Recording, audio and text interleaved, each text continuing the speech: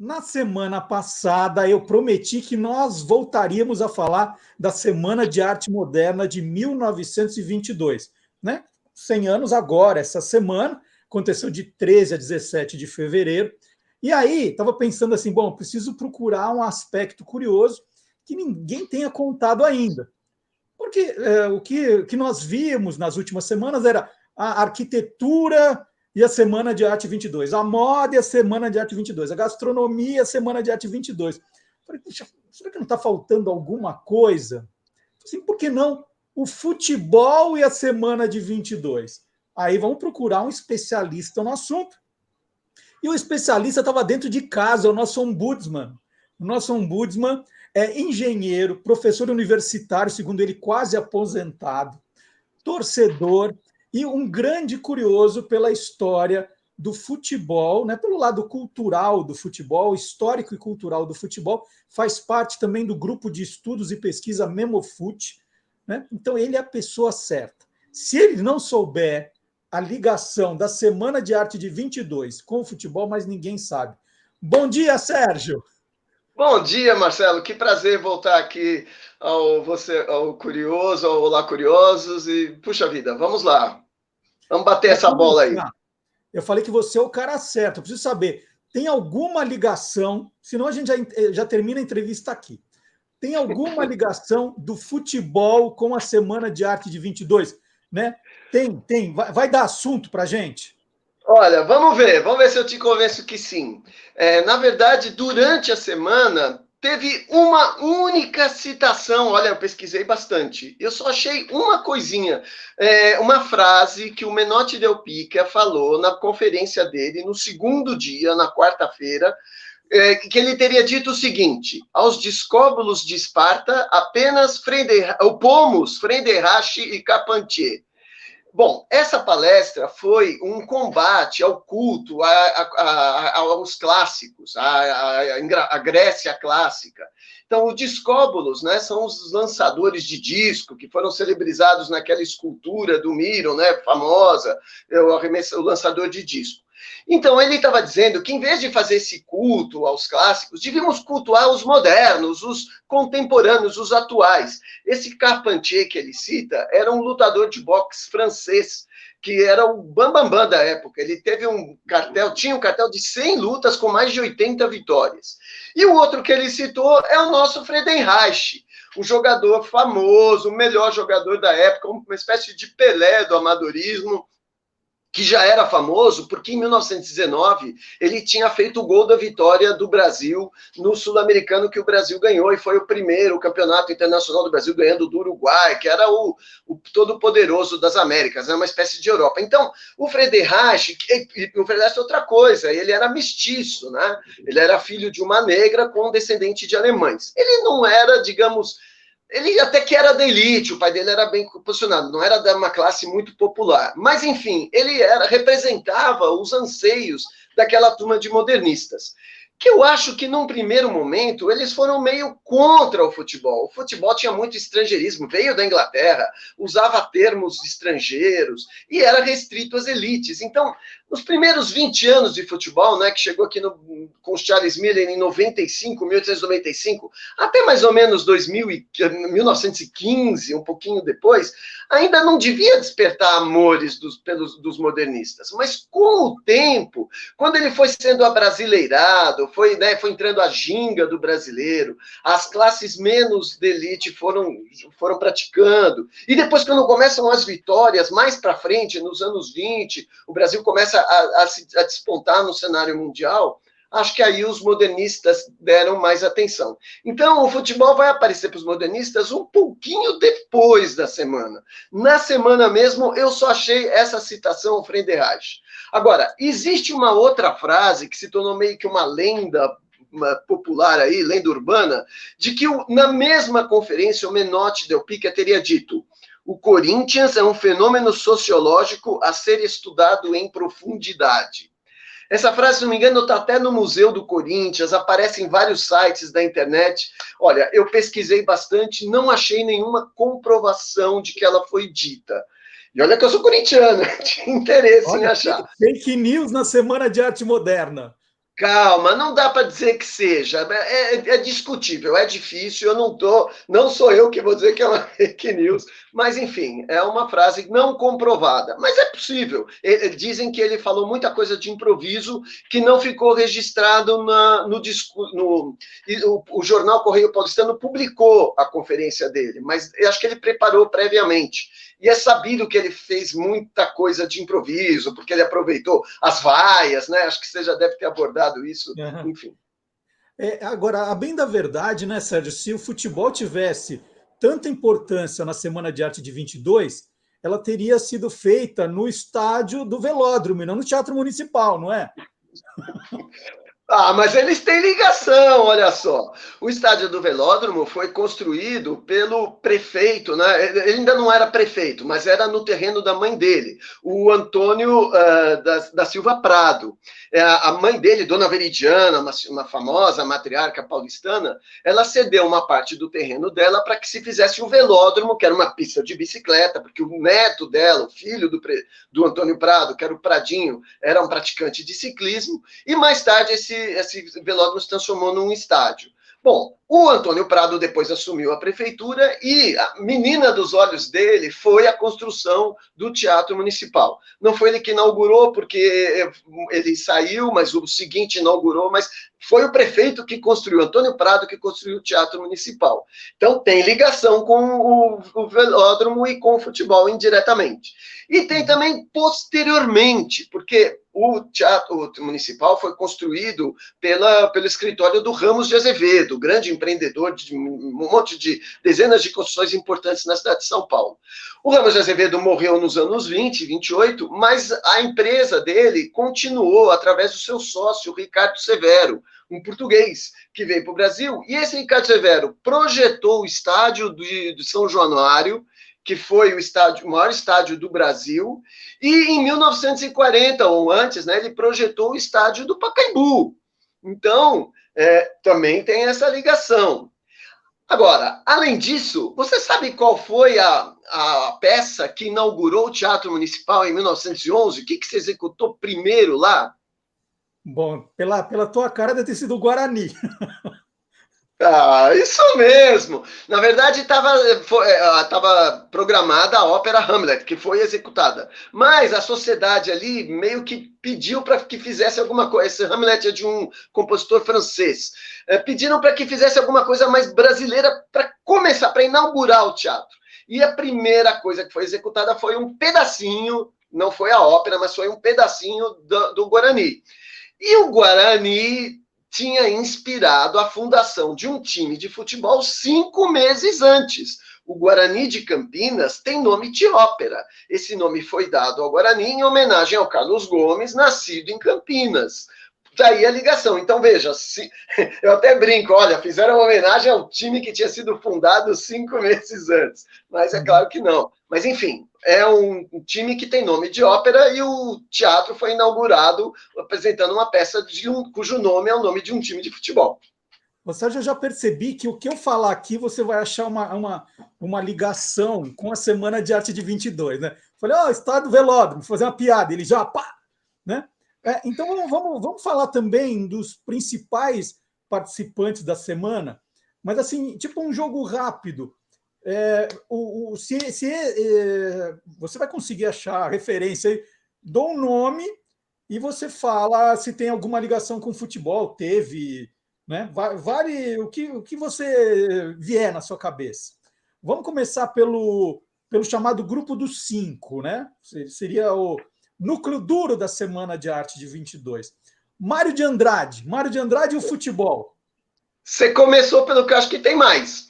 O Mário de Andrade, no começo, ele quando jovem, ele teve motivos para ser contra o futebol. Ele tinha um irmão mais novo que morreu a consequência de uma pancada jogando futebol, uma pancada na cabeça. Isso até o colocou em depressão, etc. Mas depois ele até que se aproximou do futebol e ele escreveu um poema que foi publicado no Pauliceia Desvairada, um livro que foi publicado depois da semana, que se chama O Domingo, em que ele cita o paulistano, cita alguns jogadores como o Bartô, que era do São Bento, o Bianco, que era do Palestra, e o Frederich, não podia deixar de citar o Frederich. E ele cita também o meu xará maravilhoso, que é o Mário Andrada, que jogava no Paulistano e que tinha quase o nome dele. E até tem um episódio muito curioso. Um dia o Mário de Andrade foi com um amigo assistir a um circo e estava esgotado o serviço lá, a sessão estava esgotada. Mas o amigo não se conformou, falou lá com o pessoal do circo e disseram, olha, tá aqui o Mário de Andrade, escrito. Ah, tá bom, então vamos... Botaram o Mário de Andrade num camarote. E no meio do show, o apresentador lá no Picadeiro falou, e temos aqui a grata sensação de receber o grande craque Mário de Andrade. Quer dizer, confundiu o escritor com o jogador, e, enfim, foi um caso curioso. E o Mário de Andrade também colocou no Macunaíma, colocou uma citação ao futebol. O Macunaíma teria criado o futebol e os seus irmãos teriam criado as 3 pragas do Brasil, a praga do café, a praga do algodão e o futebol. É um episódio lá que eles estavam construindo uma casa, enfim, e o futebol teria sido, eles que criaram uma bola e chutaram a bola longe, e o futebol se disseminou pelo Brasil, assim como as outras 2 pragas. Está lá no livro do Macunaíma. O Mário de Andrade também tinha um quadro muito misterioso. Esse quadro foi adquirido na Europa pela Tarsila do Amaral e ele era chamado de Futebol. Esse quadro foi leiloado recentemente por uma fortuna, porque a família do Mário de Andrade o vendeu depois que ele faleceu e ele multiplicou de preço, etc. Só que esse quadro, embora fosse chamado de futebol aqui, ele na verdade representa uma cena de rugby. Claramente é um jogo de rugby. Tanto é que ele agora, nesse último leilão, mudou de nome. Chamaram de jogadores de rugby. E assim ele obteve um preço, esqueci não, tá? Mas é um preço astronômico. E, finalmente, o Mário de Andrade foi muito importante para a construção do Pacaembu, porque ele era uma espécie de secretário da cultura, ele criou o departamento de cultura e ele incentivou a prática esportiva como instrumento de educação. E ele era justamente na época do final dos anos 30, depois ele acabou saindo por causa de problemas políticos, Getúlio Vargas, mas ele foi um dos mentores do complexo esportivo, porque tem que lembrar que o Pacaembu não é só um campo de futebol, mas é um complexo esportivo. Bom, eu falei, ó, tá vendo? Vou ver se tem alguma coisinha, né? Esse é o que tem mais. Vamos ver se a gente consegue falar de mais. Oswald de Andrade, por exemplo. O Oswald de Andrade, que é o outro Andrade, que não é irmão, vocês já sabem, mas enfim, ele também tem alguma ligação. Ele estudou no Colégio São Bento. Temos que lembrar que em 1914 o Colégio São Bento criou um time de futebol que foi campeão paulista, né? Logo de cara. Então, e ele disse que jogava bola lá, não sei. E ele também, eu acho que no começo, como eu expliquei, devia ser contra, mas ele se convenceu da importância do futebol quando o time do Paulistano excursionou a Europa e de 10 jogos ganhou 9. Foi uma super excursão. Foi a primeira vez que os brasileiros foram conhecidos no exterior, foram chamados de os reis do futebol pela imprensa francesa. E ele fez um poeminha, eu vou até ler aqui, ó. A Europa curvou-se ante o Brasil. 7-2, 3-1. A injustiça de 7, 4-0, 2-1, 2-0, 3-1 e meia dúzia na cabeça dos portugueses. São os resultados das partidas, inclusive a injustiça de 7. Ele não foi lá para a França para ver como é que foi o jogo, mas foi o único jogo que o paulistano perdeu. E ele já disse que foi injustiça. Meio de torcedor fanático, pode ver. Então ele cita meia dúzia na cabeça do português, foi porque o paulistano ganhou de 6-0 da seleção de Portugal. Então eu acho que ele ficou contente, né? Ele mudou a sua postura em relação ao futebol com as vitórias do Brasil. Bem dentro daquela história da antropofagia. Veja, o Brasil, de certa forma, estava engolindo a cultura estrangeira, inglesa, no caso do futebol, e regurgitando, né, um futebol jogado de uma maneira diferente e vitoriosa, né? Então, acho que está aí a ligação do Oswald de Andrade. E também tem, hoje aqui em São Paulo, tem a Oficina Cultural Oswald de Andrade. Sabe onde ela fica? O que tinha antes lá? Antes tinha a Chácara Dooley, onde o Charles Miller e seus amigos ingleses jogavam futebol. É exatamente no mesmo terreno. Hoje é a Oficina Cultural Oswald, parece que é como ele preferia, né? Oswald de Andrade. E eles torciam para algum time, Mário? Dizem que ele torcia para o Corinthians. O Di Cavalcante, eu achei um texto do Di Cavalcante publicado no jornal, em que ele dedou alguns companheiros. Então, o Mário de Andrade seria torcedor do São Paulo, isso já foi depois, na época do profissionalismo, quando não tinha mais paulistano. Certamente eles foram torcedores do paulistano. O Oswald também tem um poema em relação ao paulistano, mas depois, né, o Mário de Andrade era São Paulino e o Oswald se dizia corintiano. Segundo de Cavalcante. Terceiro nome, o Menotti Del Pique, você já falou um pouquinho. Pula ou tem mais alguma coisinha? Tem uma coisinha assim, ele sabe com quem que ele foi casado? Bom, na verdade ele já era casado, mas logo depois da semana, ele teve contato com uma pianista chamada Antonieta Rudi. Esse era o nome de solteiro dela. Sabe qual é o nome de casado dela? Antonieta Rudi Miller. Ela era esposa do Charles Miller, e o Menotti roubou a esposa. Eles já tinham 2 filhos, e a Antonieta passou a viver com o Menotti Del Pique, e até 67 eles mantiveram essa convivência, depois os 2 ficaram viúvos, e aí eles se casaram já bem maduros. E tem até uma história bem curiosa, falada, você deve conhecer o Charles Miller, neto do Charles Miller. Quando ele tinha 5 anos, ele estava passeando com o pai de carro e passou na praça em frente ao Pacaembu. E aí ele olhou na placa e falou: olha, pai, essa praça tem o meu nome, Charles Miller. Aí o pai falou: não, na verdade essa praça não é por sua causa, é por causa do seu avô. Aí ele perguntou: mas espera, o meu avô não é o avô Menotti, que é casado com a vovó Antonieta?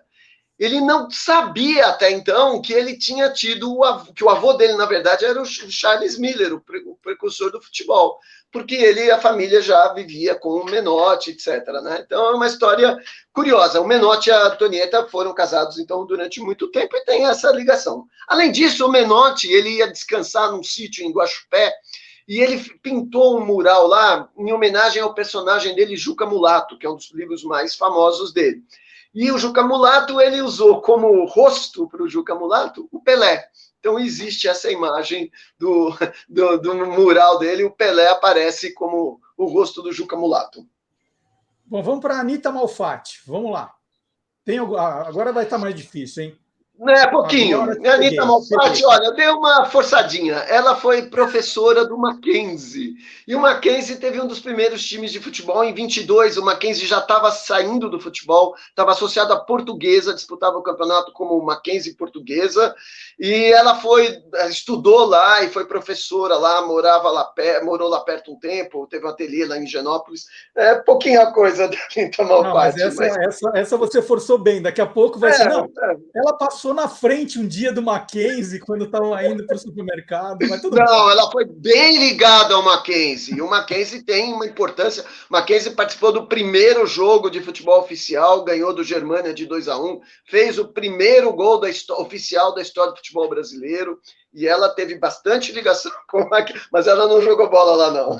Olha, difícil, as mulheres naquele tempo não tinham muita ligação com o futebol, né? Então, ela pertence a uma geração que o futebol era muito masculino. Embora não, né? Por morar em Paris, a Tarsila do Amaral não participou da Semana de Arte Moderna de 22. Ela viria para o Brasil algum tempo depois, mas ela faz parte desse grupo dos 5. A Tarsila você achou alguma curiosidade aí ligada ao futebol com a Tarsila? Você falou bem, além dela ter comprado aquele quadro, né, que eu relatei, eu achei 3 trabalhos dela que foram adaptados para o futebol. Tem um quadro A Negra, que foi usado na Copa das Confederações, o Brasil foi um dos participantes, então fizeram uma adaptação, usaram os traços da Negra para representar o Brasil. Aquela tela Operários, famosa, né? Até que parece uma arquibancada de futebol, não parece um monte de gente torcendo ali, na verdade são operários. Imagina que um time lá de Minas, o Coimbra Esportes, é um time novo, passou a disputar o campeonato, disputou a primeira divisão no passado, para divulgar o seu elenco, substituiu aquelas carinhas pelas carinhas dos jogadores e da comissão técnica. Não deu muita sorte, não. O time foi o último colocado, voltou, foi rebaixado de novo para a segunda divisão. E tem também o Abapuru, que eu chamo de a Mona Lisa brasileira, né? Me fez ficar 5 horas na fila há 2 anos lá na exposição do MASP aqui em São Paulo. Bom, o Abapuru, em 2011, na final entre Santos e Barcelona, lá em Tóquio, do Mundial de Clubes, teve um gravurista, um artista pernambucano, que publicou num jornal de Pernambuco uma montagem, né, uma adaptação do Abapuru e de traços do Picasso, representando o Neymar, o Abapuru, e o Messi, do Barcelona, negócio argentino, mas do Barcelona da Espanha, usando o Picasso. Então, isso saiu no jornal, e eu achei bastante interessante esse uso da Tarsila para representar o Neymar e o Santos. Também não deu sorte para o Neymar, né? Deu mais sorte, o Picasso deu mais sorte. Foi 4-0 o jogo. Sérgio, não vou conseguir falar de todos, eu vou dar uma acelerada para ver se eu consigo falar de mais 2 aqui, e depois você encerra com mais um. Você falou bastante do Di Cavalcanti. Tem mais alguma coisa do Di Cavalcanti? Então, eu achei alguns depoimentos dele dedando os outros e também achei alguém que o dedou. Diz que ele era Flamengo no Rio e Corinthians em São Paulo. O Di Cavalcanti viveu indo para lá e para cá, mas dizem que ele tinha simpatia pelo São Cristóvão, que é o bairro de origem dele. E ele deu uma frase que disse assim: a mulata para mim é o símbolo do Brasil, ela não é preta nem branca, nem rica nem pobre, gosta de dança, gosta de música, gosta de futebol como o nosso povo. Então ele tinha essa sensibilidade, essa frase pode ser lida na entrada da estação metrô Santa Cecília, tem lá um painel e tem essa frase lá. Basicamente isso. Agora é estranho que o Di Cavalcanti não tivesse representado nos seus quadros nada de futebol, né? Ele que era tão atento à cultura popular. Graça Aranha, tem alguma coisa? Esse seria o mais improvável, né? Porque ele era bem mais velho que os outros. Ele, quando jovem, não conhecia o futebol, porque o futebol não existia no Brasil. Mas, por acaso, eu achei um time de futebol no Maranhão, não existe mais, mas que se chamava Graça Aranha, porque ele é maranhense, o Graça Aranha nasceu no Maranhão. E esse time chegou até a ser... O máximo que ele conseguiu foi um 3º lugar em 67, mas teve o artilheiro do campeonato maranhense, o atacante Ferreira, do Graça Aranha, a maior glória do extinto Graça Aranha Futebol Clube. Muito bom. Bom, acho que a gente tem que falar alguma coisa. Eu quero falar mais do Heitor Villa-Lobos, vou deixar para o final. Tem algum que você queira falar? Assim, fala assim, eu já estou dizendo que o Heitor termina, mas tem algum no meio aqui que você quer falar alguma curiosidade que faltou? Bom, o Brecheret também não esteve, durante a semana, não estava no Brasil, como a Tarsila, ele estava no exterior, mas ele tinha obras expostas lá no Municipal. Então, o Brecheret também tem algumas ligações. Ele foi noivo da filha da Antonieta Rude, porque ele frequentava a casa do Menotti. E ele se encantou com a filha, a Helena, e ele chegou a pedi-la em casamento, em noivado, para a Antonieta, para o Menotti e para o Charles Miller, que ainda era vivo. Então, o Brecheret teve essa ligação. E ele também, aqui em São Paulo, tem um gigantesco monumento a Duque de Caxias, na Praça Princesa Isabel. Quando esse monumento foi concebido, o Corinthians e o Palestra fizeram 2 jogos com renda para a construção do monumento. O monumento demorou 20 anos para ser construído. O Brecheret até já tinha morrido quando o monumento foi instalado lá. Mas tem essa curiosidade com o Brecheret, né? Ô, Sérgio, e para terminar agora, então, Heitor Villa-Lobos. Heitor Villa-Lobos e a Semana de Arte de 22 e o futebol, né? Villa-Lobos foi recepcionado com uma grande vaia ao entrar no palco do Teatro Municipal, que estava usando sapato num pé e chinelo no outro. O público achou que era alguma galhofa, alguma coisa, vaiou. E depois de anos ele explicou que estava com um calo no pé.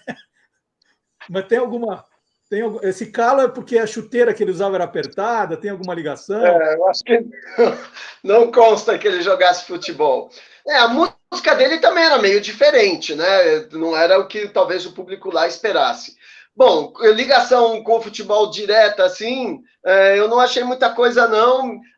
Posso dizer que ele inaugurou o Teatro de Cultura Artística, que até tinha um painel do Di Cavalcanti, ainda tem, né? Tá lá o painel, que foi a única coisa que sobrou do incêndio do teatro. E o teatro ficava onde você já citou, o estádio do Velódromo, né? O Teatro fica onde era o estádio do Velódromo. Então tem essa ligaçãozinha dos dois.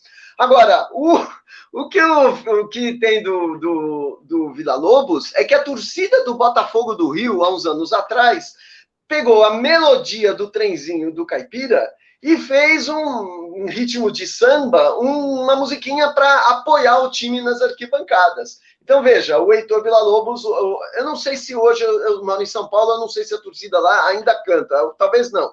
Isso foi nos anos 2000. Mas é interessante, né, de uma torcida usar uma melodia de um compositor clássico, embora ele tenha, né, misture o clássico com o popular, que é o Tenzinho do Caipira.